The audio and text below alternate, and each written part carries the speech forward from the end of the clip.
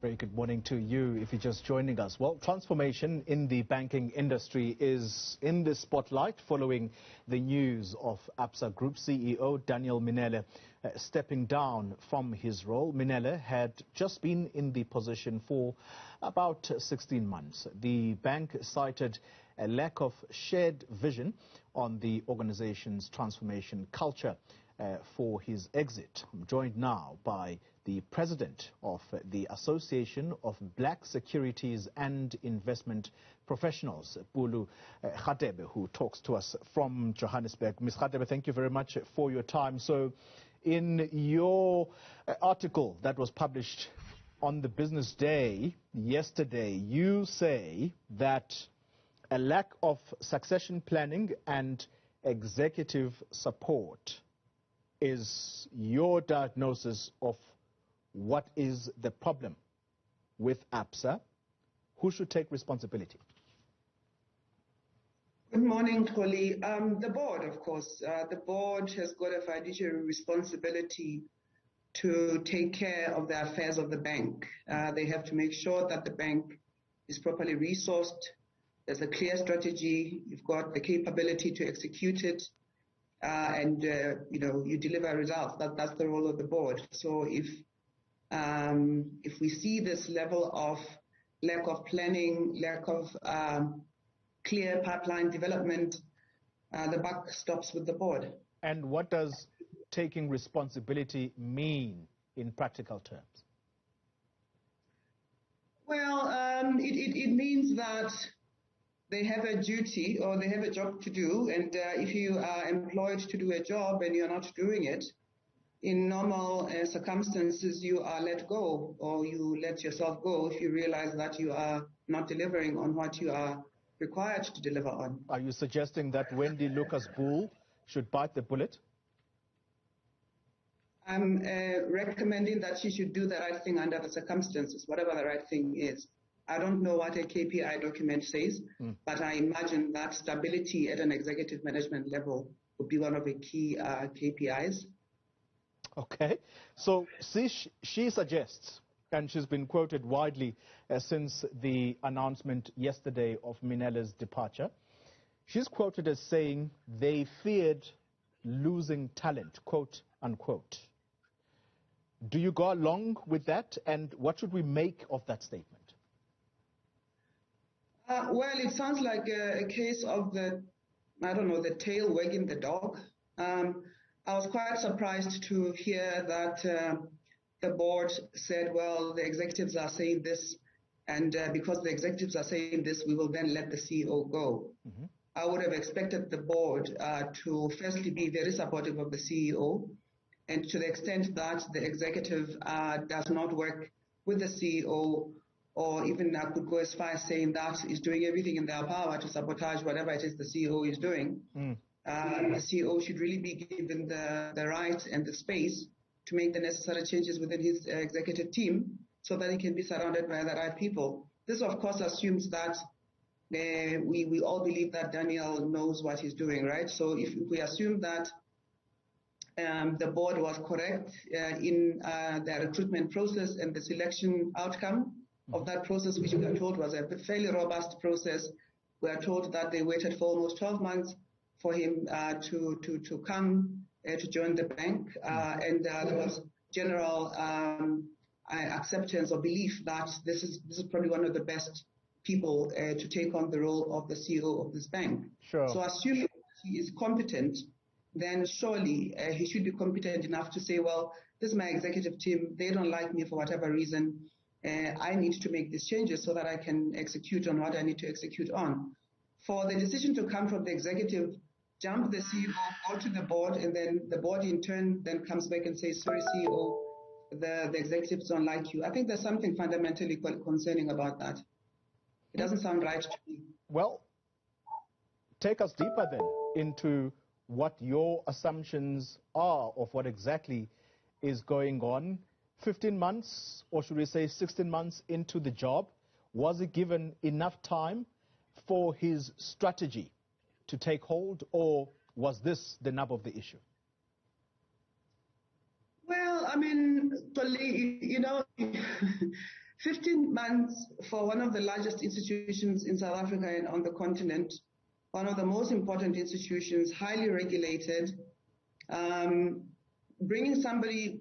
somebody in from outside of the bank, of course, coming from a regulation perspective, so he understands the regulatory environment of banking, but not necessarily having run a bank himself. Realistically speaking, we should have expected, firstly, that he would take time to understand the various moving parts of a bank, because banks do have very many moving parts. Secondly, to have sufficient time to review the strategy that he found when he came in.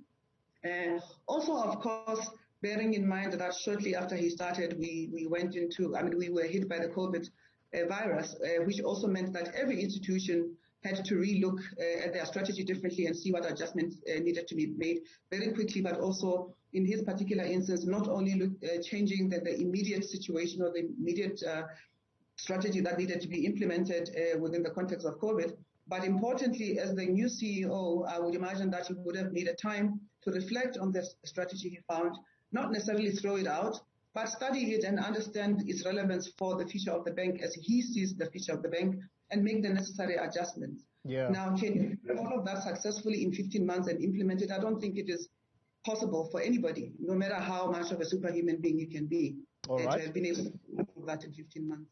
In your article yesterday, you reminded of the 2017 incident.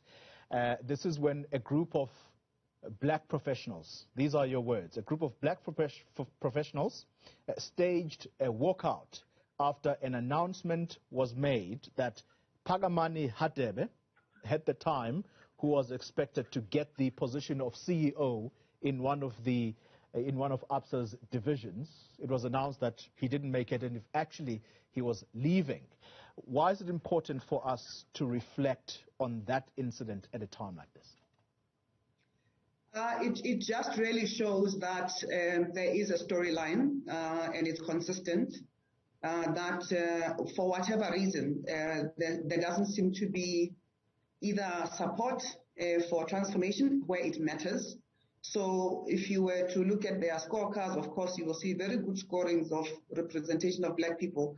But where it matters the most, we somehow seem to be struggling with either attracting or retaining a black talent at that level. For me, it talks to the question around commitment to transformation, and we really do need to call it what it is.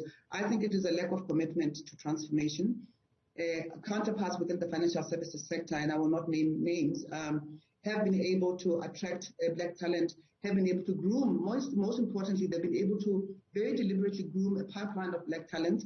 And when leadership or when people leave leadership positions, they very easily and very quickly replace them with people that they've been grooming over time.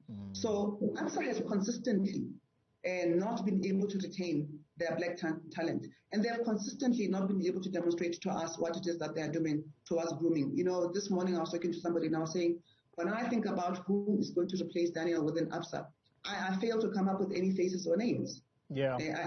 I'm not aware of any proactive action that ABSA has taken to say, these are our future leaders. And you also raise, and I'm sorry to cut in, but you also raise the possible reticence, therefore, about anyone who's going to put up their hand, I suspect particularly black individuals who might want to take up that position, given what has happened to Daniel.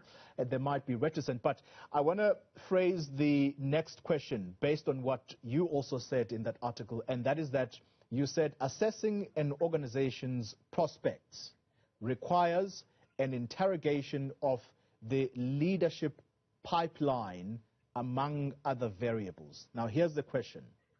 Why should it matter who ABSA Bank appoints as CEO, given that it's a private organization? I suppose they are at liberty to do whatever they want. Why should transformation imperatives matter? Firstly, because your money and mine is deposited with them.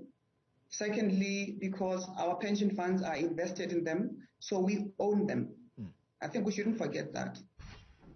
Number two, I think if you are serious about relevance as an organization today and tomorrow, and you do not have a diversified team across the board, and when I talk about diversity, I'm not just talking about race, I'm talking about gender, I'm talking about age, I'm talking about creed, I'm talking about religion, and even having a mix of foreign and locals. For you to be relevant and stay abreast of what's happening, what your market requirements are, in order for you to not lose that market share, you need to be representative and reflective of the people that you are serving. You cannot continue today in 2021 to have an institution where we deposit our money, where our pension funds are invested, that says that they are servicing us and then they don't look like us. It doesn't make sense. And based on exactly the response that you have just given, what do you think are ABSA's sustainability and stability prospects looking ahead? Look, they've got the advantage that they are one of the largest banks out of, say, top 5, right? I think about in the top 3. So they've got that historical benefit in their favor. But we have seen people who are market leaders dwindle very quickly when they have failed to adapt and adopt. And this is the problem with ABSA, in my view, that their culture is just refusing to adapt to the reality of today. And it is very possible. People often make the example of Kodak. Kodak used to be a market leader, in fact, dominating the market, and today they are nowhere to be seen. So ABSA should be very careful not to be complacent just because they are a market leader and they're big. Very quickly, people who are nimble, people who are adapting to the reality of today might very soon take them over for various reasons. Polo Leteka, thank you very much for your inputs and indeed your